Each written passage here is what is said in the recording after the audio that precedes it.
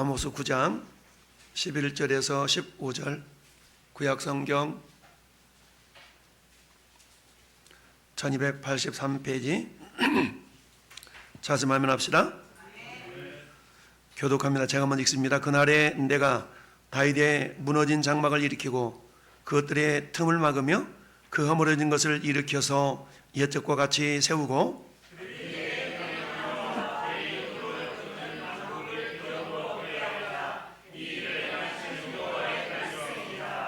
여호와의 말씀이니라. 보라, 날이 이를지라 그때에 파종하는 자가 곡식 추수하는 자의 뒤를 이으며 포도를 밟는 자가 씨를 뿌리는 자의 뒤를 이으며 산들은 단 포도주를 흘리며 작은 산들은 녹으리라.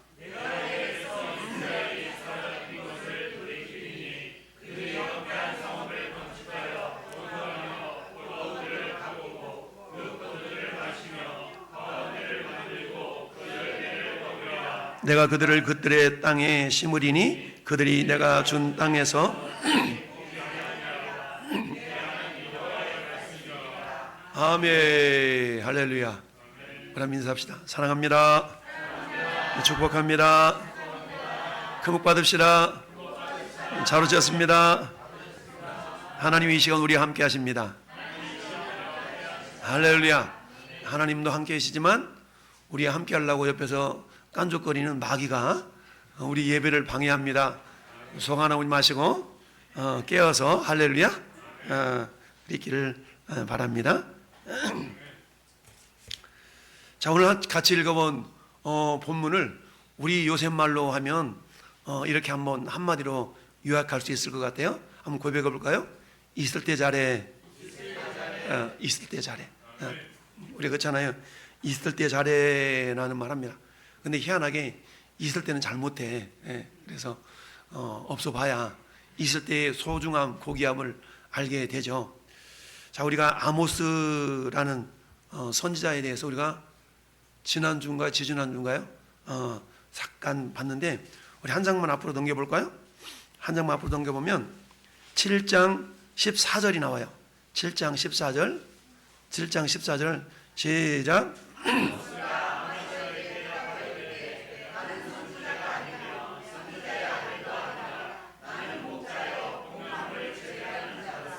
아멘. 요랬던 하나님께서 요랬던 아모스를 하나님이 불러다가 이 아모스는 남쪽 사람이거든. 남쪽 유다 사람이에요. 이랬던 아모스를 하나님 불러다가 너 저 북쪽에 가가지고 좀 예언 좀 해라고 선지자를 삼으셨어요. 그러니까 하나님의 명령이니까 이 아모스가 활동을 해야 되겠죠. 그래서 오늘 그 본문의 배경, 보통 성경의 본문의 배경은 1장이 나타나요. 1장. 그래서 1장이 나타나는데 우리 1장으로 쭉 한번 넘어가 볼까요?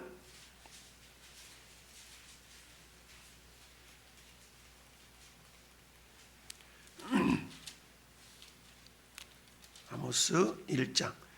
자, 1장 1절. 1절 다 같이 읽습니다. 시작.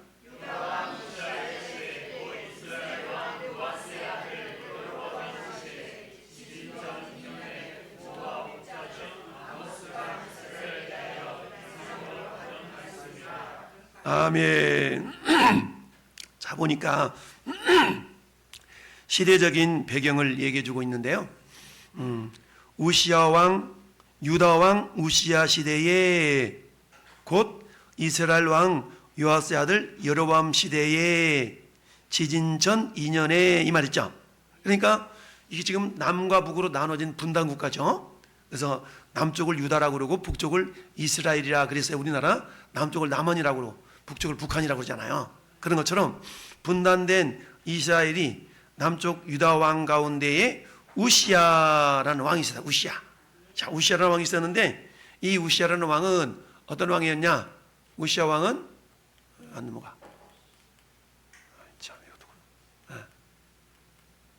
자, 보니까 아모스라는 사람의 이름의 뜻은 뭐라고요? 영어로 보면 버든인데 짐을 나르는 자라는 뜻이 있어요. 어떤 짐을 날려야 될까요? 어떤 짐? 뽕나무 뽕잎 지고 양 여물 지고 이런 그런 짐 나르는 자가 아니라 하나님의 말씀을 나르는 자. 할렐루야.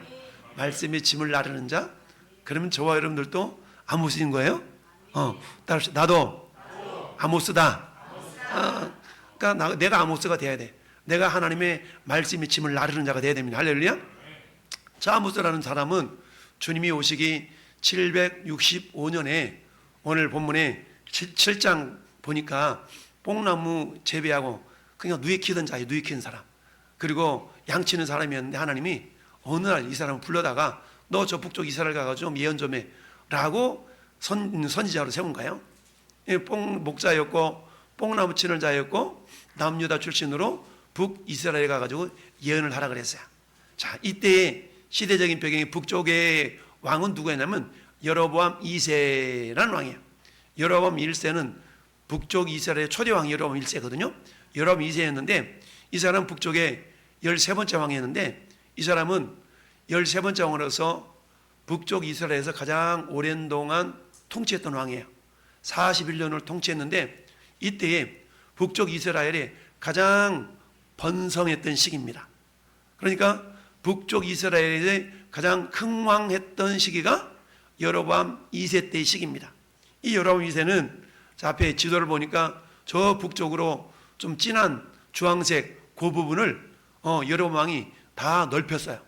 그러니까 지리적으로도 굉장히 이렇게 땅을 많이 정복했던 그런 왕 중에 한 사람입니다. 그랬던 왕인데 이 사람 때 그리고 남쪽 왕은 우시야라는 왕이에요. 우시야 왕. 이 우시야 왕은 10번째 왕이거든요. 북쪽 왕은 총 19명이 있었고요. 남쪽 왕은 총 20명의 왕이 있었어요. 분단된 이후에. 그래서 저들이 사역했던 시기가 주로 793년, 790년 그러니까 우리가 말하면 주전 8세기라고 표현할 수 있죠. 주전 8세기에 있었던 일입니다. 근데 우시야 왕은 몇 년 동안 통치했어요? 52년. 여러분 52년이라고 하면 엄청난 세월, 반백년을 통치한 거 아니겠어요? 남쪽 유다에서 가장 오랫동안 통치했던 왕은 므낫세 왕이거든. 므낫세 히스기야 왕의 아들 므낫세인데 히스기야 왕은 13대 왕인데 14대 때 므낫세는 55년을 했어. 근데 므낫세가 가장 하나님께 책망받은 왕 중에 한 왕인데 어쨌든 그랬었거든요. 그런데 저 때에는 한마디로 말하면 하나님의 은혜가 엄청 쏟아졌던 해예요. 하나님의 은혜가 엄청 쏟아져 가지고 북쪽 이스라엘은 영토를 막 넓혀갔어요.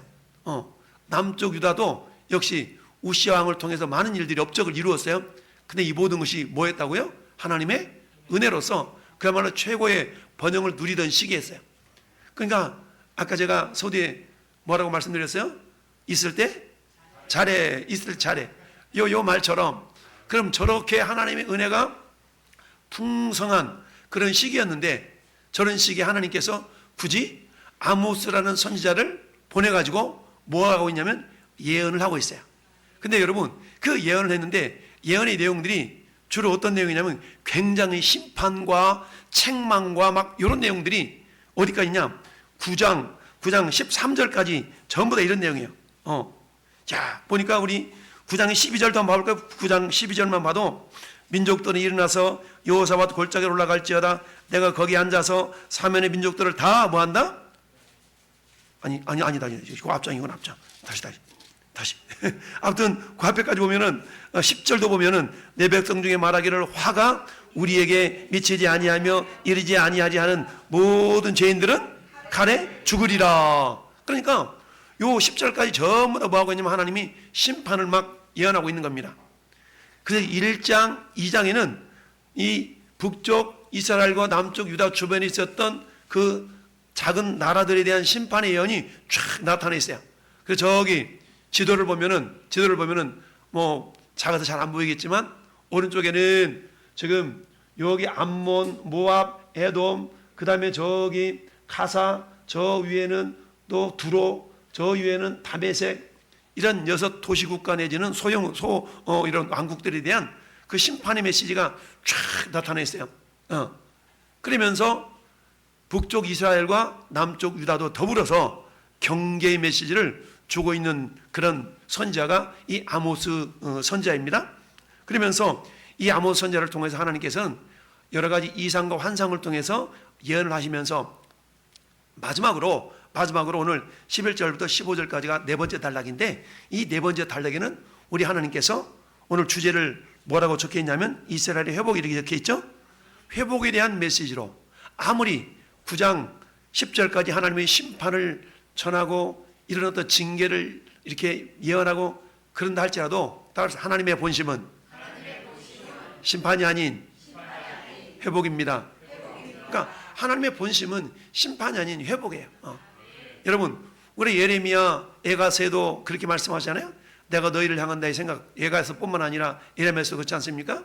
하나님께 너희를 향한 나의 생각을 내가 하는데 재앙이 아니다 라고 말씀하고 있죠. 그러니까 하나님은, 우리가 왜 그러지 않아요? 부모님들이 자식들한테 회초리를 막 드는 것은 회초리 자체의 목적이 있는 게 아니고 회초리를 통해 자식들이 돌아와서 잘 되기를 원하는 것이 부모의 심정인 것처럼 하나님도 마찬가지예요. 하나님의 목적은 심판에 있는 것이 아니라 심판을 통한 회복에 있습니다. 할렐루야.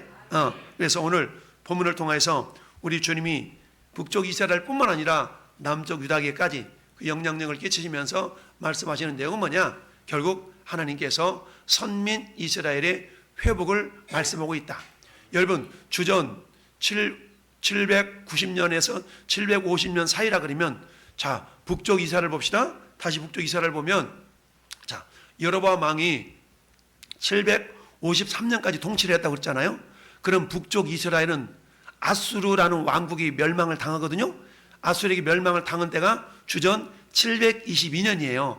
그러니까 저 여로보암 왕 이후에 몇 년 만에 멸망을 당해요? 31년 만에 멸망을 당해요. 그러니까 저 때가 가장 잘 나갈 때라고 그랬잖아요. 저 잘 나갈 때에 하나님의 은혜를 깨닫고 하나님을 경외하고 섬기고 이래야 되는데, 그렇지 않아서 결국 31년 만에 세상말로 쫄딱 망해가지고 아수르라는 나라에게 포로로 끌려가는 신세가 되고 맙니다. 그러면 남쪽 유다는 어떠느냐? 남쪽 유다라고 예외가 아니에요. 저 북쪽 이스라엘이 멸망당하는 모습을 보면서 남쪽 유다는 어때야 돼요? 정신을 차리고, 야, 우리 이러면 안 되겠다 라고 해야 되잖아요. 주전 722년경에 북쪽 이스라엘 왕은 마지막 왕이 호세아 왕인데, 호세아라는 말은 한마디로 하면 구원자라는 거거든요. 그러니까 구원을 해야 될 그 왕이 결국 이스라엘을 멸망시키는 그 끄트머리에 존재하는 왕이 되고 말았어요. 여러분, 그때의 남쪽 유다 왕은 히스기야 왕이라고 하죠. 히스기야. 그러니까 히스기야 왕은 북쪽 이스라엘의 멸망을 목격했던 왕이에요. 이런 왕이었는데, 근데 히스기야 왕 때에 북쪽 이스라엘 멸망 당하고 나서 이제 히스기야 왕 때는 굉장히 하나님을 경외하고 이런 왕이었어요. 그러나 히스기야 왕이 병이 걸려가지고 하나님께 기도해서 낳은 아들이 므낫세 왕이거든요. 근데 므낫세가 아버지 히스기야 왕보다 엄청나게 잘못된 길로 가가지고, 한마디로 하면 자식 농사를 잘못 쳐가지고 이 하나님께 책망을 받아 결국 남쪽 유다마저도 주전 586년에 멸망을 당합니다. 자, 이런 어떤 역사적인 배경을 통해서 오늘 본문을 통해서 하나님은 5가지의 회복을 약속해 주셨는데, 11절, 12절, 13절, 14절, 15절 한 절마다 회복의 약속을 해주고 있는 거예요. 첫 번째는 뭐냐? 11절에 다윗 왕가의 왕권을 회복해 주시겠다라고 말씀하셨는데, 11절 같이 한번 다시 보십시다. 그날에 내가 다윗의 무너진 장막을 일으키고 그것들의 틈을 막으며 허물어진 것을 일으켜서 옛적과 같이 세우겠다라고 말씀하고 있죠. 여러분, 보니까 그날이라는 말은 우리가 이중적인 의미가 있어요. 가깝게는 북쪽 이스라엘이나 남쪽 유다를 멸망시킨 이후에 회복시킬 그날, 회복시킬 날이라는 말로 우리가 이해할 수 있겠고요. 두 번째는 멀리 본다 그러면 예수 그리스도를 통한 완전한 하나님의 나라를 이루실 그날에 라고 우리가 해석할 수 있습니다. 그래서 내가 다윗의 무너진 장막을 일으키겠다. 무너진 장막을 일으키겠다. 그러니까 하나님께서 이 이스라엘의 남북이 분단되기 이전부터 분단된 이후까지 가장 이상적인 왕국이 다윗 왕이 40년 동안 통치했던 그 시기가 가장 이상적인 시기였어요. 그래서 하나님은 약속을 하실 때마다 다윗의 무너진 장막을 일으키겠다라는 말은 다윗 왕 시대 때 이루었던 하나님 주셨던 놀라운 은혜를 회복시키겠다라는 의미예요. 그래서 그것을 일으키시고 그것들의 틈을 막으며, 여러분, 이 틈을 막는다는 얘기는 남과 북이 분단되어져 버렸잖아요. 그러니까 분단되어진 상황을 틈이 났다라고 표현하고 있는데요. 이 틈이 막힌다는 얘기는 뭡니까? 다시 회복된다는 얘기예요. 할렐루야. 회복의 은혜를 주겠다는 얘기군요.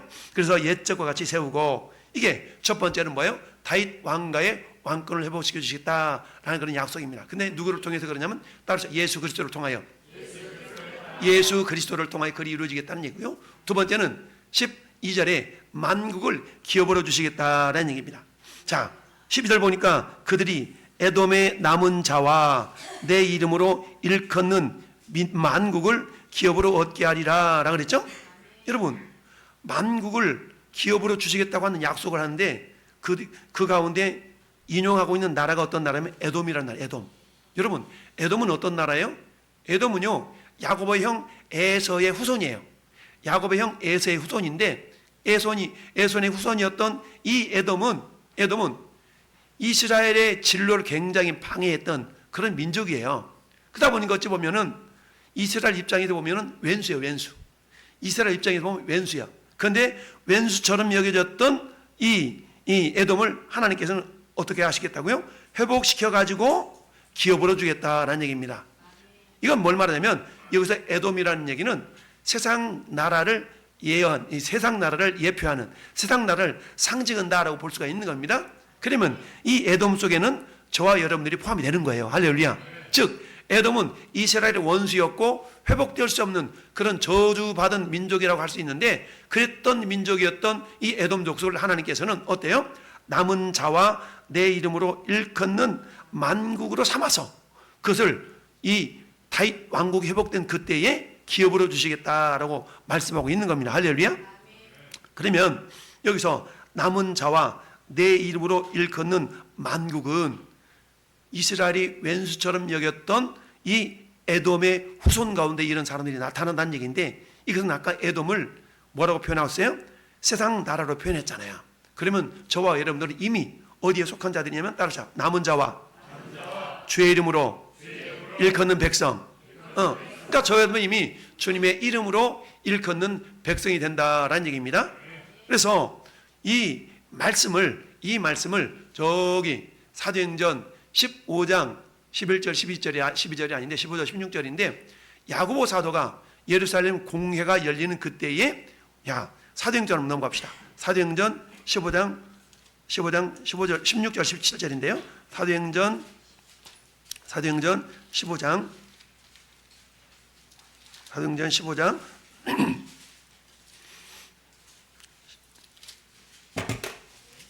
자, 16절 17절 같이 한번 읽어봅시다. 시작. 이후에 내가 돌아와서 다윗의 무너진 장막을 다시 지으며 또 허물어진 것을 다시 지어 일으키리니 이는 그 남은 사람들과 내 이름으로 일컬을 받는 모든 이방인들로 주를 찾게 하려 함이라 하셨으니. 아멘. 자, 이 말씀을 지금 야고보 사도가, 예수님의 동생이었던 야고보 사도가 인용하고 있는 말씀인데, 이 말은 왜 그러냐면 이방인들을 향한 하나님의 섭리가 지금 이루어지고 있다라는 것을 예루살렘 공회에서 지금 선포할 때 인용된 말씀이에요. 근데 이 본문이 오늘 함께 읽어본 11절 12절의 말씀이 사도행전 15장의 16절 17절로 인용이 되고 있다라는 것을 알 수가 있는데요.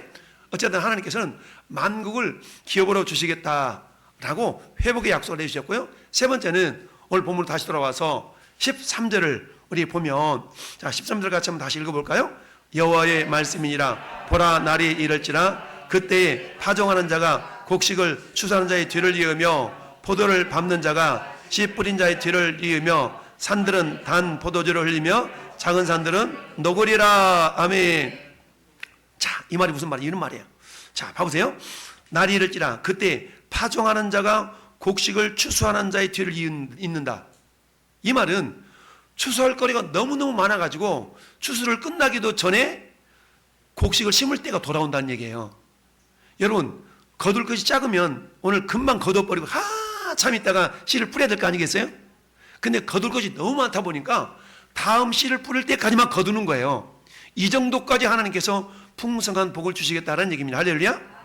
뿐만 아니라 포도를 밟는 자가 씨 뿌리는 자의 뒤를 이으며, 포도주를 따가지고 포도주를 만들잖아요.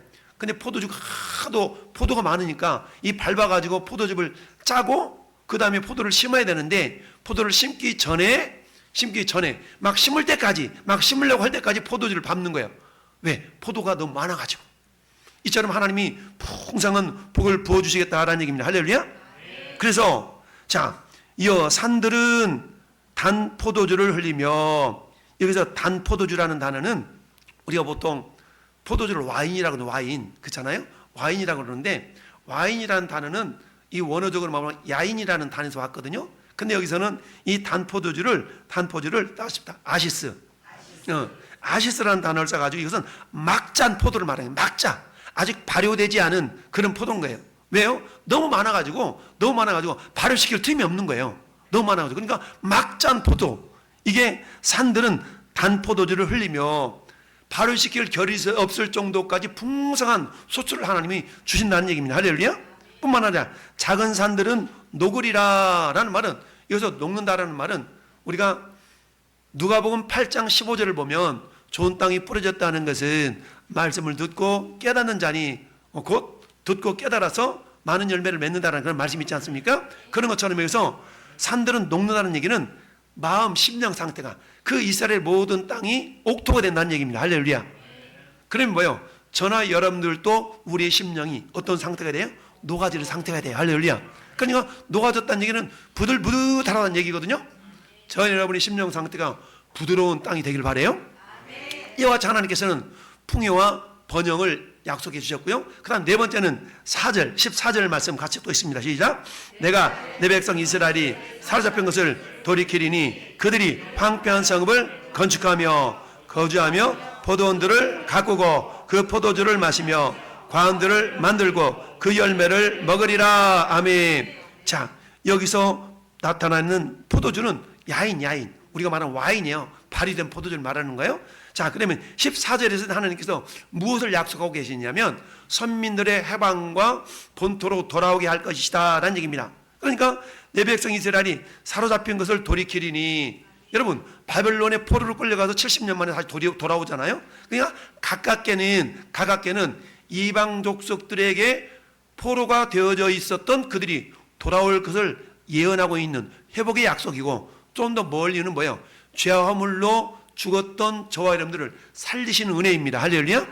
이미 저 여러분들은 어때요? 하나님으로부터 멀리 떠나서 죄에 노예되었던 자들이었어요. 종되었던 자들이었어요. 그랬던 것으로부터 우리는 어때요? 주님의 은혜로 이미 어때요? 다 회복되어져서 주님의 땅으로 돌아온 자인 줄 믿습니다. 그 다음에 다섯 번째는 영원한 평안과 보존이라고 그랬는데, 자 15절 같이 읽어봅시다. 내가 그들의 땅에 심으리니 그들이 내가 준 땅에서 다시 뽑히지 아니하리라. 내 하나님 여호와의 말씀이니라. 아멘. 여기다 보니까 주님이 준 땅에서 다시는 뽑히지 않는다. 그러니까 뭐예요? 다시 안 뽑히니까 뭐예요? 영원한 평안과 보존에 대한 약속. 할렐루야. 이 다섯 가지 약속을 이 아모스 선지자를 통해서 9장 10절까지는 엄청난 심판과 이런 어떤 예언의 말씀을 주시다가, 그러나 이게 내 본심이 아니다. 그런 과정을 통해 내가 반드시 뭐하겠다? 회복시키시겠다라는 그런 약속을 다시 주고 계시는 것입니다. 그러면 이와 같은 다섯 가지 회복의 약속을 하나님께서 이스라엘 백성들에게 주시는데, 이것은 비단 이스라엘에게만 주시는 것이 아니라 오늘 이 시대를 살아가는 저와 여러분들에게도 적용이 되는 말씀인데, 그러면 이러한 위대한 사역을 우리 하나님이 11절에 그렇게 말씀하시잖아요. 그날에 누가? 내가, 그렇죠. 내가 세우고 내가 얻게 하고 내가 이렇게 하겠다는 얘기입니다. 근데 여러분, 하나님이 주도적으로 일을 하시지만 그 일은 하나님 눈에 안 보이잖아요. 하나님 눈에 안 보이는 영적인 존재거든요. 그 하나님 따릅시다. 사람을 통하여 그 일을 이루어 가십니다. 그렇습니다. 사람을 통하여 그 일을 이루어 가세요. 근데 그 사람을 통하여 하나님께서 어떻게 이루어 가시냐 봤더니 14절에 구체적으로 나타나 있는데요. 하나님 이루어 가시는 방식이, 자, 그들이 황폐한 성읍을 첫째 뭐하고? 건축하고 거주하며 포도원들을 그 다음에 어떻게 하고? 가꾸고 포도를 마시며 세 번째 과원을 만들고. 그래서 하나님께서는요, 오늘날에도 건축하고 가꾸고 만드는 사람을 찾고 계셔요. 이 사람을 통하여서 하나님은 놀라운 회복의 역사를 이루어 가십니다. 그러면 이걸 고상하게 표현해서 뭐라고 얘기할 수가 있냐면 이 사람들을 우리는 뭐냐? 따라서 의로운 수고. 누가 나와 함께 의로운 수고에 동참할 것인가? 라고 하는 오늘날도 초대하고 있는 줄 믿습니다. 여러분, 뽕나무밭에서 뽕잎 따던 아모스를, 양치던 아모스를 불러가지고 너 저리 가서 예언해. 근데 그 예언의 내용이 아주 축복의 메시지가 아니야. 그야말로 저주의 메시지가 대부분이거든요. 그러면 그 소리를 듣는 사람이 그걸 전하는 아모스를 그냥 내버려 둘 것 같아요? 막 두들겨 패려고 그러고 막 욕하고 막 그러지 않겠어요? 그럼에도 불구하고 하나님은 그런 아모스를 그렇게 사용하셨어요. 할렐루야. 네. 그런데 여러분, 오늘날에도 하나님께서는 의로운 수고로 말미암아서 이 하나님의 귀한 회복의 역사에 동역할 사람들을 찾고 계십니다. 할렐루야. 오늘이 선교주일이에요. 여러분, 오늘 선교주일이라는 얘기는 뭡니까? 선교라는 것은 우리 가깝게는 예수 믿지 않는 사람은 전도하는 것이 선교이지만 또 보통 우리가 선교라 그러면 저 우리나라가 아닌 국외에 나가서 복음을 들고 생명을 전하는 그런 사역하는 사람 우리가 보통 선교사님 그러지 않습니까? 이 사역에 전에 여러분들이 어떻게 동참한다고요? 전에 여러분들이 의로운 수고에 동역하는 동역자들이 되기를 바라요. 우리가 할 수 있는 일은 다양합니다. 먼저 놀다가 기도했던 것처럼 기도로 동역하는 겁니다. 할렐루야. 기도로 동역하는 거예요. 두 번째는 여러분이 선경을 드렸잖아요. 적은 물질로 함께 동역할 수 있는 겁니다. 할렐루야. 이처럼 여러분들이 외면하지 아니하고 물질로 기도로 마음을 들여서 기도하고 물질을 드릴 때에 하나님의 사역이 확장되어 나가는 것뿐만 아니라 선민의 회복의 5가지 요소들이 오늘 이 시대에도 저와 여러분을 통해서 이루어질 줄로 믿습니다. 자, 그렇다면 이것을 위해서는 하나님의 의로운 수고할 일꾼들을 찾으시는데 의로운 수고할 일꾼들에게는 어떤 모습들이 필요되느냐? 첫 번째는 따로 하나님과 바른 관계. 그렇죠? 하나님과의 바른 관계를 힘써 지켜야만이 의로운 수고의 동역자들이 됩니다. 할렐루야. 그러면 하나님과의 바른 관계를 힘써 지키기 위해서는 어떻게 될 것인가? 첫 번째 따릅시다. 아담의 전철을 밟지 말라. 이건 어때요? 소극적인 것이죠. 여러분, 아담 어땠어요? 하나님께서 에덴 동산을 아담과 하와를 위해서 지어주시고 마음껏 누리며 영생하도록 에덴 동산을 그들이 주셨잖아요. 그리고 온갖 가지 식물과 온갖 가지 먹거리를 다 주셨음에도 불구하고 단 한 가지, 에덴 동산에 있는 선악을 알게 하는 놈의 열매는 내가 먹지 말아라. 그걸 먹는 날에는 정령 죽으리라. 반드시 죽으리라. 할렐루야. 이게 하나님이 세우신 법이잖아요. 그러면 어때요? 아담과 하와는 선악을 알게 하는 열매를 볼 때마다 뭐예요? 저건 하나님께 먹지 말라고 그랬지, 저건 하나님께 먹지 말라고 그랬지 라고 자기 자신들의 생각을 돌이키면서 생명나무의 열매를 풍성하게 먹어야 되잖아요. 할렐루야. 그런데 마귀가 교묘하게 다가와가지고 아담과 하와를 유혹하잖아요. 먼저 유혹한 것은 하와였지만 유혹을 해서 결국 어떻게 했습니까? 아담과 하와가 그 사단의 유혹에 넘어가서 어때요? 야, 너희가 안 죽어. 너 하나님 죽는다고 그래서 안 죽거든? 하나님은 반드시 죽는다고 그랬는데 사단은 안 죽는데, 그걸 딱 보니까 안 죽을 것 같아. 그래서 어때요? 그걸 따먹었더니 어떤 일이 발생해요? 눈이 밝아져가지고 자기들이 벗은 모습이 부끄러워지고, 그리고 무화과 나무 이파리를 엮어서 치마를 하고, 그건 어때요? 하나님의 낯을 피하여 나무 뒤로 숨는 인생이 되고 말았죠. 할렐루야. 따라서 아담의 전처를 밟지 말라라는 얘기는 한마디로 말하면 요한일서 2장 16절, 요한일서 2장 16절의 말씀은 뭐냐? 따라서 육신의 정욕, 안목의 정욕, 이생의 자랑, 요걸 추구하지 말라는 얘기입니다. 안목의 정욕, 눈에 보이는 거. 여러분, 우리가 너무 눈에 보이는 데에 아름다움을 있게 만들어 가려고 그러지 마세요. 여러분, 이 존재한 이 자체만으로 아름다운 거예요. 할렐루야. 그러니까 너무너무 아름다운데 이 아름다움에다 더 아름다우려고 자꾸 이렇게 고치고 그러지 마세요. 이 자체가 아름다운 거예요. 할렐루야. 자, 그래서 이 주님이 우리에게 원하시는 것이 뭐냐? 하나님과의 바른 관계를 힘써 이렇게 지켜야 되는데, 할렐루야. 그러기 위해서 어때요? 하나님께서 계명으로 주신 선악을 알게 된 열매를 먹지 말라라고 말씀하셨던 그 약속을 에덴 동산에 잘 지켰더라면 어때요? 에덴에서 영원히 영생을 누리는 존재가 될 터인데 그러지 못했다는 얘기입니다. 그래서 소극적으로는 아담의 전체를 밟지 말라. 그러면 아담의 전체를 밟지 않는 것이 뭐냐? 안목의 정욕과 육신의 정욕과 이생의 자랑을 일삼는 고의를 우리가 쫓아가지 말라는 얘기입니다. 할렐루야. 두 번째는 말씀을 신뢰하고 순종하라. 이건 적극적인 모습이 될 수 있겠죠? 할렐루야. 오늘 13절에 여러분 얼마나 풍성해요. 소출을 다 거두기 전에 씨를 뿌려야 돼. 포도주를 다 만들기도 전에 포도씨를 또 뿌려야 되는 그처럼 엄청난 하나님의 풍성한 복을 주셨는데, 그러니 따릅시다. 이런 복은 무조건적이 아니라 조건적이다. 이런 복은요, 무조건적이 아닌 조건적이라는 사실을 우리가 알아야 됩니다. 할렐루야. 그 조건은 뭐냐? 한마디로 하면 다른 게 아니라 말씀을 신뢰하고 순종하라라는 얘기입니다. 할렐루야. 여러분, 레위기 26장을 펴봅시다. 창세기, 출애굽기, 레위기 26장.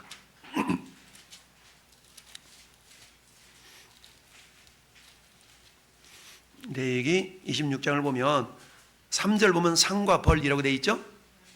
자, 3절부터 5절까지 세 절 우리 같이 한번 합독합시다. 너희가 내 기류와 계명을 준행하면 내가 너희에게 철을 따라 비를 주리니 땅은 그 산물을 내고 밭의 나무는 열매를 맺으리라. 너희의 타작은 포도 딸 때까지 미치며 너희의 포도 따는 자는 파종할 때까지 미치리니 너희가 음식을 배불리 먹고 너희 땅에 안전하게 거주하리라. 아멘. 여러분, 오늘 이 4절 5절 말씀이 우리가 읽어본 본문이 13절 말씀이잖아요. 얼마나 풍성하든 간에 하나님께서 너희 타작은 포도 딸 때까지 미친대. 예. 그러니까 타작은 포도 딸 때까지, 그 다음에 어때요? 너희 포도 따는 것을 파종할 때까지 미치리니 그만큼 풍성하게 수확을 거두는 시기가 늘어진다는 얘기고 많아진다는 얘기고. 할렐루야. 이런 말씀이잖아요. 그런데 이런 풍성한 복은 무조건 주시는 게 아니라 3절 너희가 내 규례와 명령을 뭐하면? 준행하면, 준행할 때 준다는 얘기입니다. 여러분, 신명기 28장도 똑같아요. 창세기, 레위기, 민수기, 신명기 28장으로 넘어가요. 신명기 28장은요 축복과 저주의 메시지가 쫙 나타났어요. 이 68절까지 있는데요. 자, 1절 2절만 읽어봅시다. 1절 2절 신명기 18장 1절 2절 시작. 내가 내 하나님 여호와의 말씀을 삼가 듣고 내가 오늘 네게 명령하는 그의 모든 명령을 지켜 행하면 내 하나님 여호와께서 너를 세계 모든 민족 위에 뛰어나게 하실 것이라. 내가 내 하나님 여호와의 말씀을 모하면 청종하면 이 모든 복이 내게 임하며 내게 이르리니. 아멘. 오늘 본문의 13절의 말씀, 13절의 풍성한 복은 무조건적으로 주어지는 것이 아니고 우리 하나님께서 저 이방 나라에 포로로 끌려갔던 그들을 하나님 회복시켜 주실 터인데, 회복하실 때는 그들이 잘내서 회복한 게 아니에요. 하나님의 약속 때문에 회복 주신 겁니다. 할렐루야. 그렇다면 회복이 되었다면 그 다음에는 어떤 삶을 살아야 할 것이냐? 그것은 너희들이 아람의 전철을 밟지 말고 말씀을 신뢰하고 순종하는 삶을 살아야만이 이런 복이 임한다라는 얘기예요. 할렐루야. 그렇다면 오늘 저와 여러분의 삶에도 역시 마찬가지입니다. 오늘 하나님께서 저와 여러분 주신 그 복을 우리가 누리는 비결은 다른 게 아니라 하나님과의 바른 관계, 하나님의 관계를, 바른 관계를 지키도록 힘써야 되는데 그 바른 관계가 뭐냐? 아담의 전철을 안 밟는 거예요. 아담의 전철은 뭡니까? 눈에 보이는 유혹이 넘어가지 않았던 거고요. 할렐루야. 하나님의 말씀을 어떻게 철저하게 신뢰하고 순종했다는 얘기입니다. 때로는 그 하나님의 말씀이 내가 이해가 되지 않아. 이해되지 않는다 할지라도 전능하신 하나님의 능력이 내 생각보다는 높기 때문에 할렐루야. 우리 겸손히 순종과 복종을 이루어 나갈 때에 하나님의 놀라운 약속의 말씀이 우리에게 이루어진다는 사실입니다. 첫 번째는 뭐라고요? 하나님께서 오늘도 건축하며 가꾸고 만들 자를 하나님께서 찾고 있습니다. 할렐루야. 네. 누가 나와 함께 건축할까? 누가 나와 함께 가꿀까? 누가 나와 함께 만들어 나갈까? 할렐루야. 이런 자를 하나님이 찾고 있다라는 얘기입니다. 그렇다면 이를 위해서 하나님께서는 먼저 하나님과 관계가 바른 자를 찾고 있다. 하나님 관계가 바르게 되기 위해서는 아담의 전철을 밟지 않는 그런 모습과 말씀을 신뢰하고 순종하는 모습이 우리에게 절대적으로 필요한다. 그리고 두 번째는 뭐냐? 따라합시다. 의로운 수고의 대가는, 그렇죠. 의로운 수고의 대가는 따라합시다. 영원하다.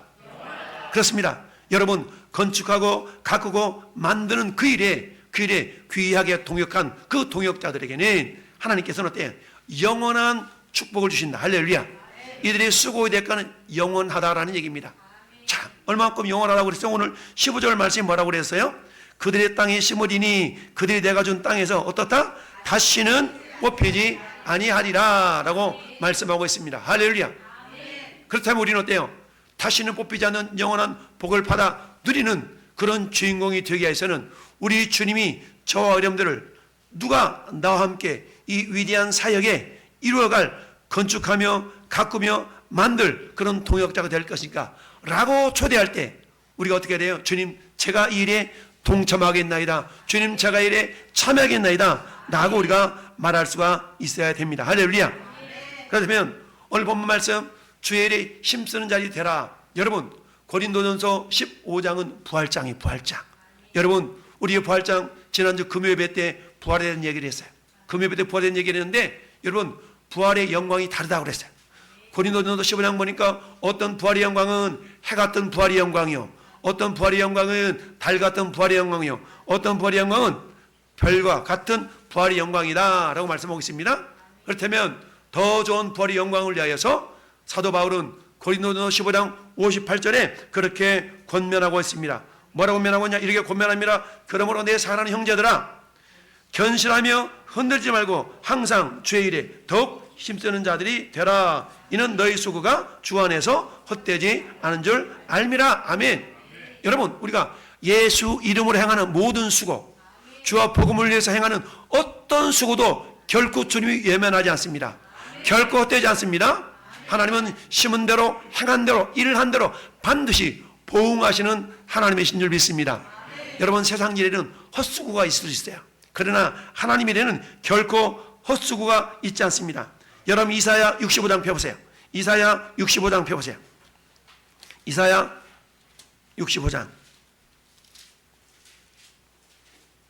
23절에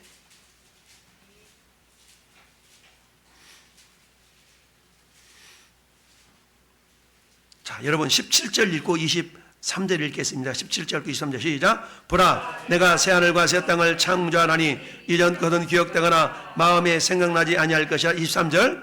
그들의 수고가 헛되지 않겠고 그들의 생산한 것이 재난을 당하지 아니하리니 그들은 여호와의 복된 자의 자손이요 그들의 후손도 그들과 같을 것임이니라. 아멘. 할렐루야.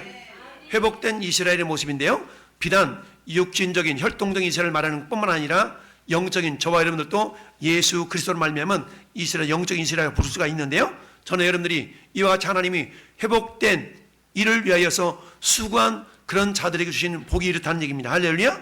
그들의 수고가 헛되지 않겠다는 얘기입니다. 여러분, 세상 일에는요 헛수고가 있을 수가 있습니다. 우리 경험해 봤잖아요. 지금 수고했는데 그것이 내 것이 아니고 나 먹어서 홀라당 속아서 그랬던, 내가 알고 그랬던, 우리는 헛수고한 인생들을 많이 살아왔어요. 그러나 여러분, 주님의 일에는 결코 헛수고가 있지 않다는 사실입니다. 그렇기 때문에 우리는 이 사실을 믿고 주의 일에 더욱 힘쓰는 자들이 되라. 할렐루야.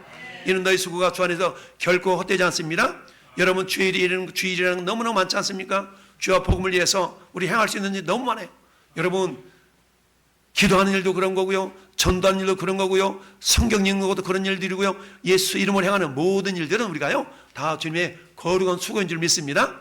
이런 거룩한 수고가 결코 헛되지 않기 때문에 뭐하라? 그 일에 힘쓰는 자들이 되라라는 얘기입니다. 할렐루야. 두 번째는 어때요? 그들에게는 영원한 상급을 사모할 것을 말씀하고 있습니다. 할렐루야. 오늘 영원히 다시 뽑히지 않는다라고 말씀했죠? 여러분, 우리가 아까 이사야 읽어봤는데 62장으로 넘어가 볼까요? 이사야 62장도 보니까 62장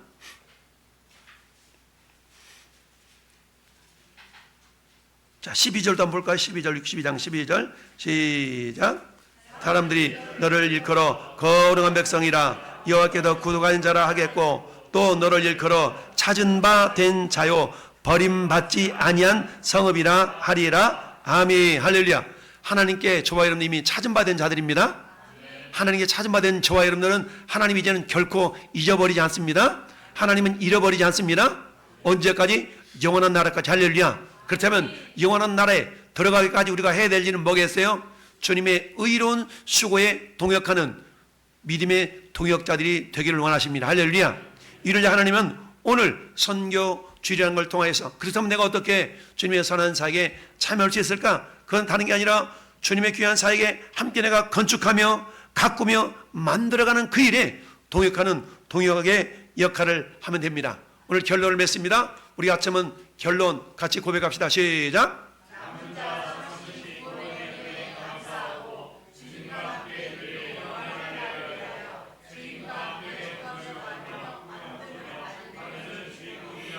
아멘. 여러분, 이스라엘 민족에게 외면당했고 왼수처럼 여겨졌던 에돔을 하나님 회복시키셔서 그들이 동역자로 붙여주시고 그들의 기업으로 주신다고 그래서 할렐루야.